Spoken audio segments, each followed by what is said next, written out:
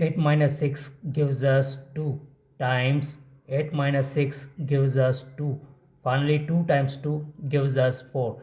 But this answer is not correct because according to order of operation, first we do parenthesis, then exponent, then multiplication or division, finally addition or subtraction. Remember that in multiplication and division have equal priority, always work from left to right. Same applies addition and subtraction. So in this expression, here is subtraction, parenthesis, also inside the parenthesis subtraction and multiplication. So first we do parenthesis. Now 8 minus 6 times 8 minus 6 gives us 2.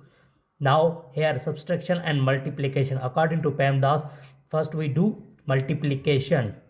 So 8 minus 6 times 2 gives us 12. Finally 8 minus 12 gives us minus 4. This is the right answer.